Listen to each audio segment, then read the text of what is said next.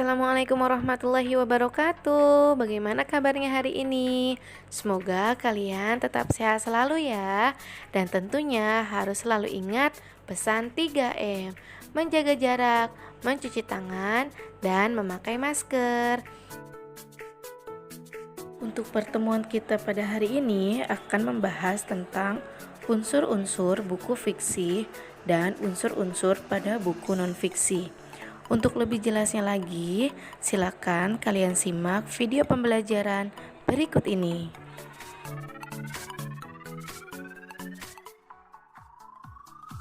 Sebelum kita mulai, dan sebelum saya menjelaskan tentang buku fiksi dan non-fiksi, ada yang tahu tidak apakah perbedaan dari buku fiksi dan non-fiksi?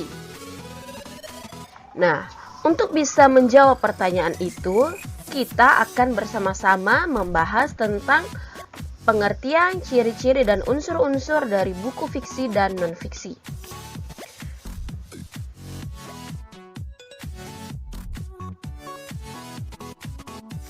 Nah, pada tampilan di layar kalian, pada tampilan di sebelah kiri, ada dua cover buku.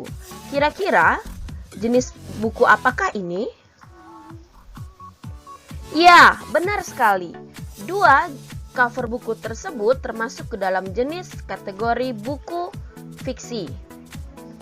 Nah, sedangkan dua cover judul buku di sebelah kanan ini adalah termasuk ke dalam jenis buku non-fiksi. Nah, lalu yang di bawah ini adalah jenis buku fiksi dan non-fiksi. Lalu apa sih perbedaan dari kedua buku tersebut dan apa unsur-unsurnya? Nah, akan kita bahas bersama di dalam video kali ini.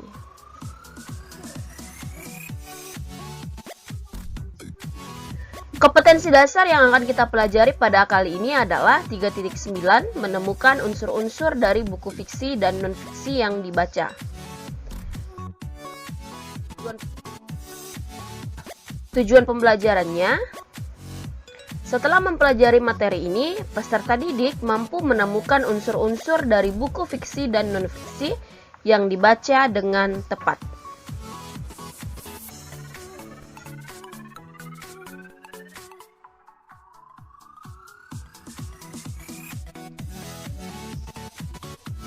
Pada kali ini, saya akan menjelaskan kepada abang kakak semua tentang pengertian buku fiksi dan non-fiksi, ciri-ciri buku fiksi dan non-fiksi, jenis-jenis buku fiksi dan non-fiksi, yang keempat unsur-unsur buku fiksi, yang kelima adalah unsur-unsur buku non-fiksi. Nah, bagaimana penjelasannya? Mari kita simak bersama-sama ya.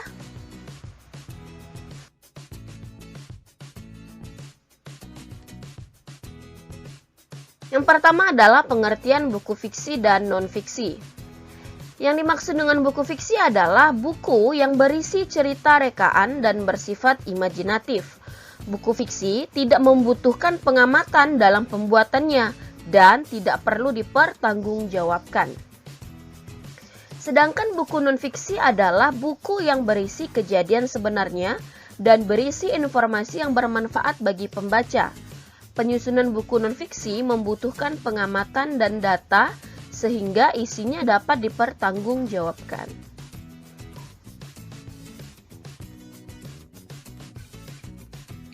Yang kedua adalah ciri-ciri buku fiksi dan non-fiksi. Ciri-ciri buku fiksi sebagai berikut. Yang pertama, menggunakan gaya bahasa dan majas. Yang kedua, menggunakan kata-kata bersifat konotatif. Yang ketiga, berdasarkan imajinasi atau hayalan. Sedangkan ciri-ciri untuk buku non-fiksi adalah yang pertama, menggunakan gaya bahasa formal. Yang kedua, menggunakan kata-kata bersifat denotatif. Yang ketiga, berdasarkan fakta. Yang keempat, berbentuk tulisan ilmiah populer. Yang kelima, berupa ide baru atau menyempurnakan ide yang pernah ditulis sebelumnya. Nah, itulah ciri-ciri dari buku fiksi dan non-fiksi.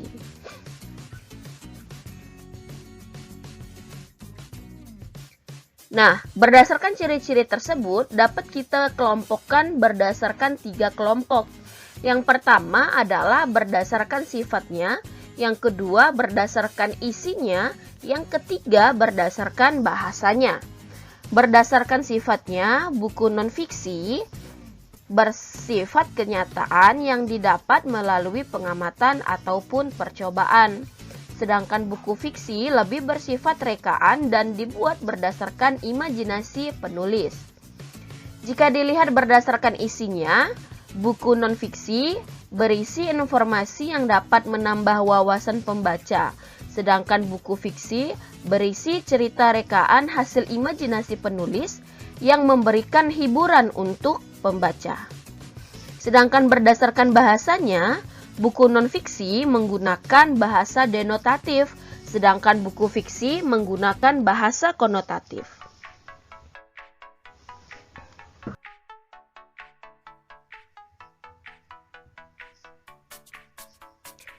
Selanjutnya adalah jenis-jenis buku fiksi dan non-fiksi. Nah, jenis-jenis buku fiksi ada beberapa jenis. Yang pertama adalah novel, yang kedua adalah roman, yang ketiga adalah kumpulan cerpen. Nah, seperti yang terlihat di layar kalian, bahwa di sini novel contohnya adalah novel dengan judul Milea. Kemudian roman dengan judul Roman Pergaulan. Yang ketiga itu adalah kumpulan cerpen dengan judul Kumpulan Cerpen Islami. Nah, jenis-jenis seperti ini masuk ke dalam jenis buku fiksi. Nah, kemudian kalau jenis non-fiksi adalah seperti ini. Jenisnya bisa berupa pengetahuan, keterampilan, atau kepribadian. Nah, buku-buku pelajaran itu termasuk ke dalam jenis buku non-fiksi karena pembuatannya itu atau penulisannya itu bukan berdasarkan hayalan atau rekaan, namun berdasarkan fakta data-data seperti itu.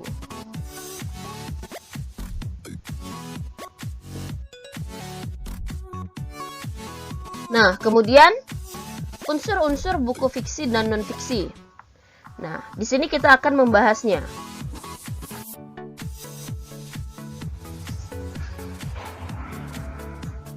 Unsur-unsur buku fiksi yang pertama adalah sampul depan. Apa sih yang dimaksud dengan sampul depan? Sampul depan itu adalah memuat gambar atau foto yang menjelaskan isi cerita fiksi buku tersebut. Pada sampul terdapat nama pengarang. Yang kedua, halaman judul. Halaman judul memuat nama atau logo penerbit. Yang ketiga adalah impresum. Impresum yaitu keterangan dalam buku mengenai penerbitan atau percetakan. Biasanya berisi nama penerbit, tahun terbit, dan tempat terbit. Yang keempat adalah kata pengantar. Kata pengantar berisi sapaan atau ucapan terima kasih penulis kepada pihak-pihak yang telah membantu dalam pembuatan buku. Yang kelima adalah catatan penyunting.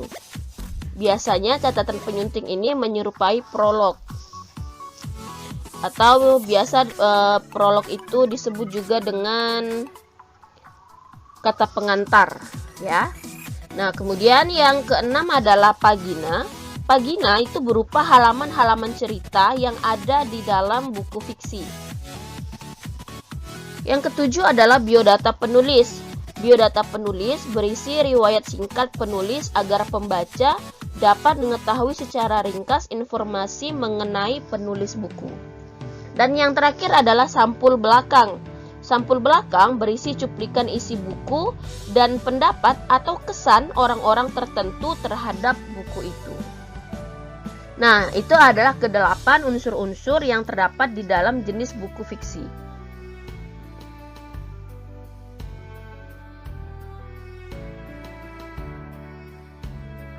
Selanjutnya adalah unsur-unsur yang terdapat di dalam buku non-fiksi. Yang pertama adalah sampul depan. Sampul depan di dalam unsur buku non-fiksi yaitu berisi judul buku dan gambar atau foto yang menjelaskan isi buku. Yang kedua adalah halaman judul. Halaman judul berisi pengulangan dari judul buku dan nama pengarang yang terdapat di sampul depan. Yang ketiga adalah impresum.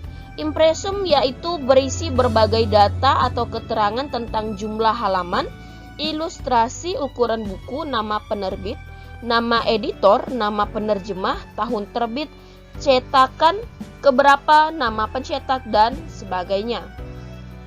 Yang keempat adalah daftar isi. Daftar isi berisi susunan bab-bab yang ada di dalam buku secara keseluruhan. Yang kelima adalah kata pengantar. Kata pengantar atau preface yaitu berisi sapaan atau ucapan terima kasih penulis kepada pihak-pihak yang telah membantu dalam pembuatan buku. Selanjutnya adalah kata pendahuluan.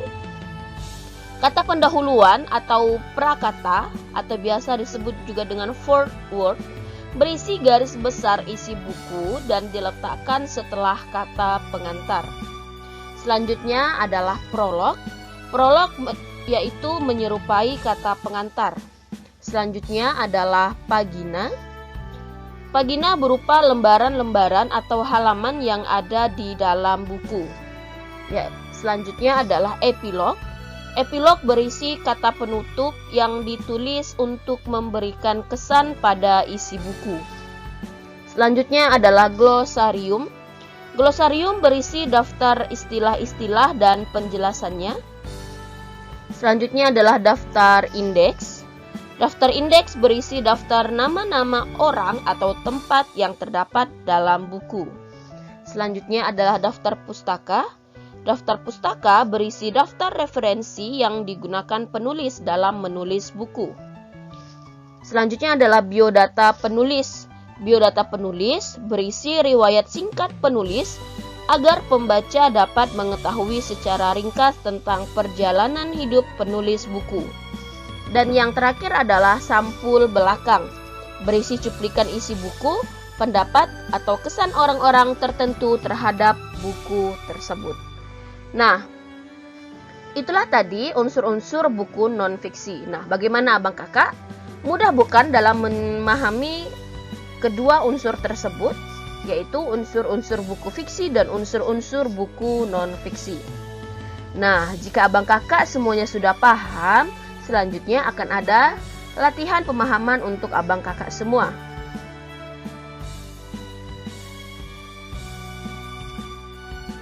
Burung irian, burung cendrawasih. Cukup sekian dan terima kasih.